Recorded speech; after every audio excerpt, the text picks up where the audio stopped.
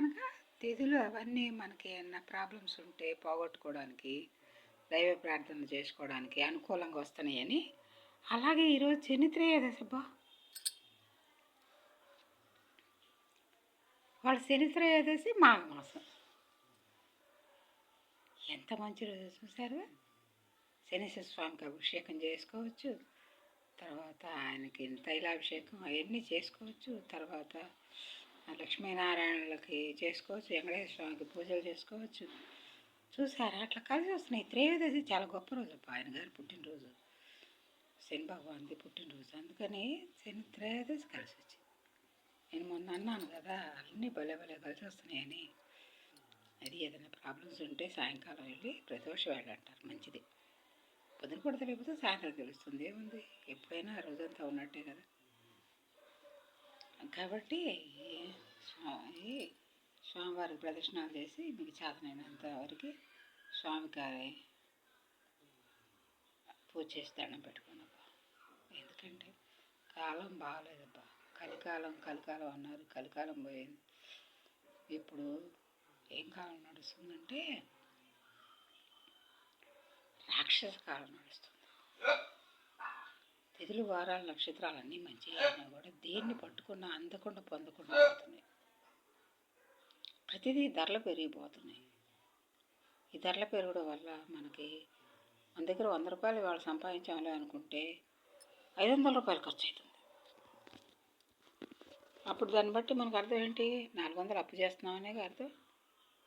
ఈ ఖాతాలు ఒకటి, సరుకుల కొట్లలో ఖాతాలు పెడితే ఎంత చేస్తున్నామో, ఎంత ఇస్తున్నారో, ఎంత తెస్తున్నామో మనకు తెలియట్లేదు. నెల మొత్తం మీద తీరాలి ఎక్కువ చెట్టుకల 16,000, 17,000 రూపాయలు లెక్క వస్తుంది. చూసారా, మరి అంతంత ఆదాయం వస్తుందా? కాబట్టి మనం జాగ్రత్తగా ఉండాలబ్బా. కలిపి దృష్టిలో పడకుండా మనం ఉండాలంటే, కలిపి దృష్టిలో పడకుండా ఉండాలంటే మనం కొన్ని జాగ్రత్తలు అయితే పాటించాలబ్బా. ఇలా స్వామివారికి అభిషేకాలు చేసుకోండి, ఉపవాసం ఉండండి, అస్తమానం నారాయణ నారాయణ నారాయణ నారాయణ అనుకోండి.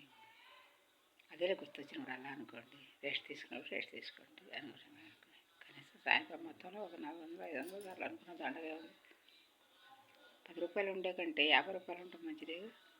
అట్లా డబ్బు ఎంతో మాత్రం కూడా అంతే, బ్యాంకులో పడతా ఉంటుంది. బంగారం గురించి నాకు పెద్ద అలాగే నలబస్సులు ఉండేదబ్బా, ఇంటి పని మీద అమ్మేశాను నేను. ఇప్పుడు ఈ చిన్న షార్ట్ 4 బస్సులు, దీనికి 2 గ్రాములు బంగారం వేసుకొని చేయించుతా ఉంటే ఇప్పుడు 70 లక్షలు వెళ్ళిపోతుంది. ఇక మానవులు మధ్యతరగతి కుటుంబీకులు ఏం చేస్తారు అంతే. ఇంతకుముందు నుంచే ఈ తరం వాళ్ళందరూ చెవులకి, ముక్కులకి, కాళ్ళకి లేకుండా బరబాసం తిరుగుతున్నారులే. కానీ పెళ్ళిళ్ళు అప్పుడు పేరెంటానికి కూడా అవసరం అవుతుంది అబ్బా.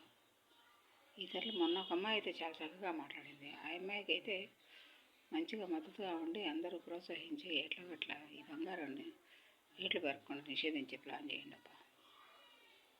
మీరందరూ ఈ మహిళా మండలి వాళ్ళు వీళ్ళందరూ ఉంటారు కదా, ఏదో ఒకటి చేయండి. మేమేముంది చిన్న చిన్న వీడియోలు చేసి నమస్కారం అనేవాళ్ళం, కానీ మేమేం తెలియకపోయేవాళ్ళం కాదు, పాడయ్యేది కాదు.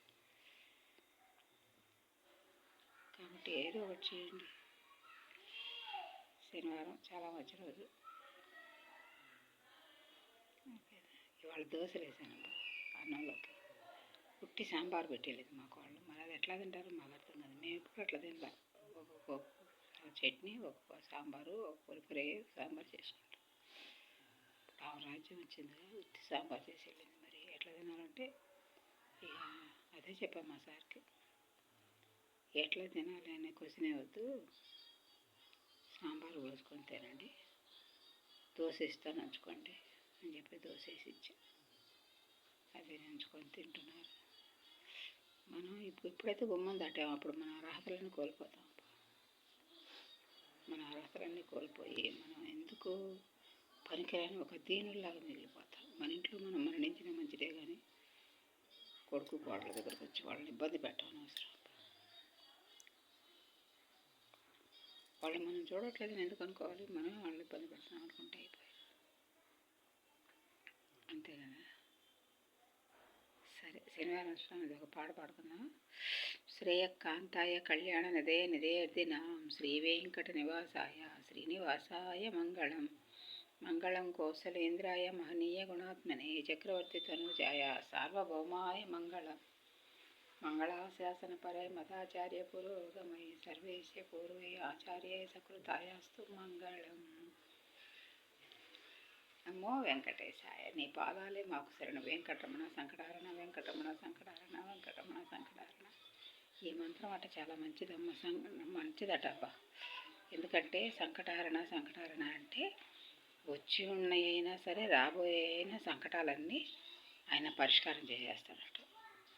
వెంకటరమణ సంకటారణ అంటే నారాయణ అంటే ఇంకా అంతే, నరకమే ఉండదు. కాకపోతే అది పోయాకలే, కానీ నరకం అనేది పోయాకలే. ఇప్పుడైతే మనకి సంకటాలన్నీ పోవాలంటే స్వామివారి మంత్రం చేయండి. వెంకటరమణ నీ పాదాలే మాకు శరణు. వెంకటరమణ సంకటారణ వెంకటరమణ సంకటారణ. ఓకేనా? Bye. Like and subscribe, share.